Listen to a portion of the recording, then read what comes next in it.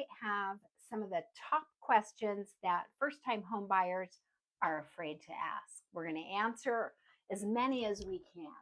So, first of all, the first question they always want to know is, can I really afford to buy? And, if you have certain components in your life in order, like you've got some job stability, you don't have a huge amount of debt, you're planning on staying in the area for a few years, those are signs that you might be ready to buy. This question, though, really is for a lender. Okay. I am not a lender, I am a realtor. I have access to some great lenders. I can share their information with you. They'll answer all your questions. Another question that's related is my credit score good enough? You're kind of embarrassed to ask. Loans can be processed with a credit score as low as 640. Okay.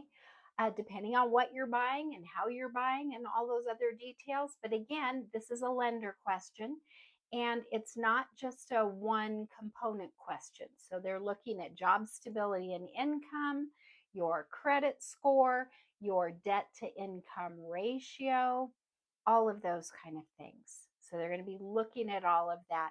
What if I don't have 20% down? Well, most people don't have 20% down, especially first time home buyers. Most first time home buyers don't. Some do, and that's fine. That means you're going to be borrowing less money. Sometimes it's not the wisest thing because it cleans out your stash, your savings account, which it's not a good idea to be a new homeowner and not have some savings because things can happen. So, all of those questions are best addressed with a local lender. Notice my emphasis on local. Don't just go online to something that you're filling out and it's not attached to somebody that's here in our local area because it's just not going to be the kind of information that's really going to give you the confidence to move ahead. Okay. So the next part that really almost never gets voiced if I don't start the question is the idea of regret. What if I discover I've overpaid? What if I get into this house and something breaks or we need to do some really costly repairs? What if the market changes? What if I lose my job? What if I buy the wrong house in the wrong neighborhood? What if? Hey, so my process of working with buyers starts with a buyer consultation where we address these things. Okay, we don't hope they'll never happen or pretend they're not a worry. We're human. Those concerns are all there. Our brain goes to what if. That's what it does. It's its job.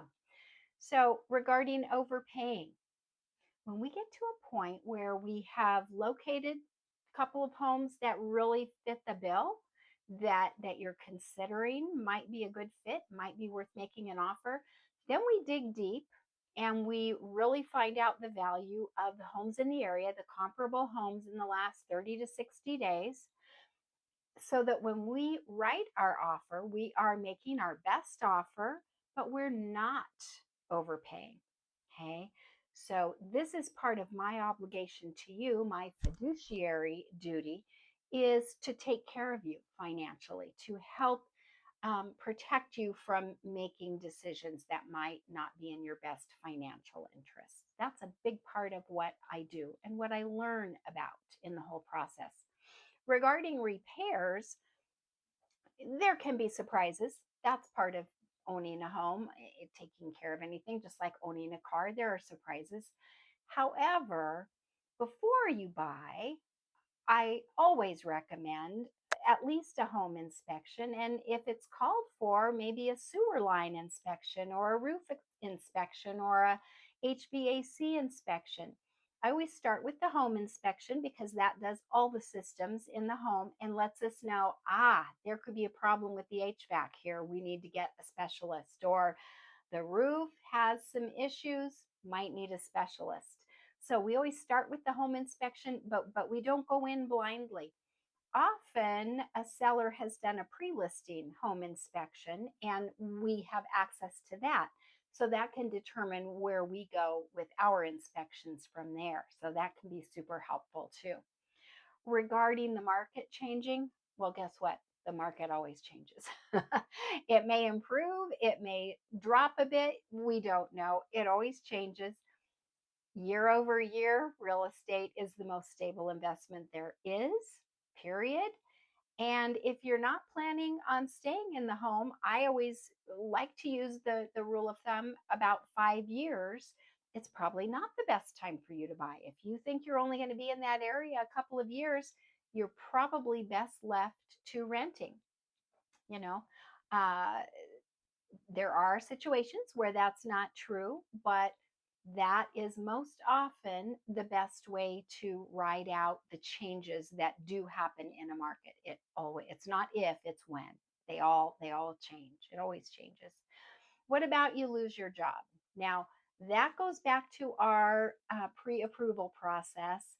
Your lender is going to talk to you about job stability, whether you've had the exact same job or just been in the same field. There's got to be a certain level of stability before you qualify for a mortgage. So, the reason for that is so that if you do have a loss of a job, you're equipped to get another job with relative ease.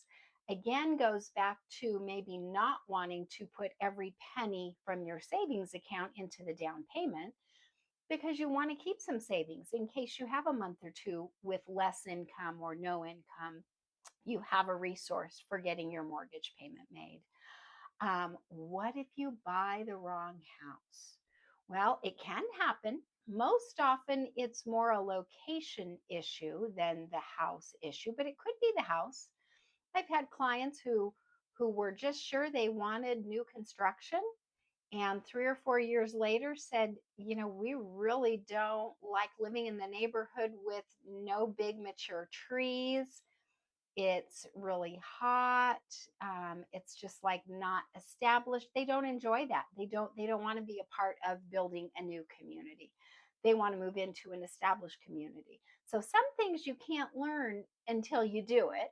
Um, but many things like commute times, I will suggest that if we're looking seriously at a home that has a different commute than you're used to, that you try it a time or two at the time you'll be doing that drive so that you know exactly what that commute traffic and timing is going to be like.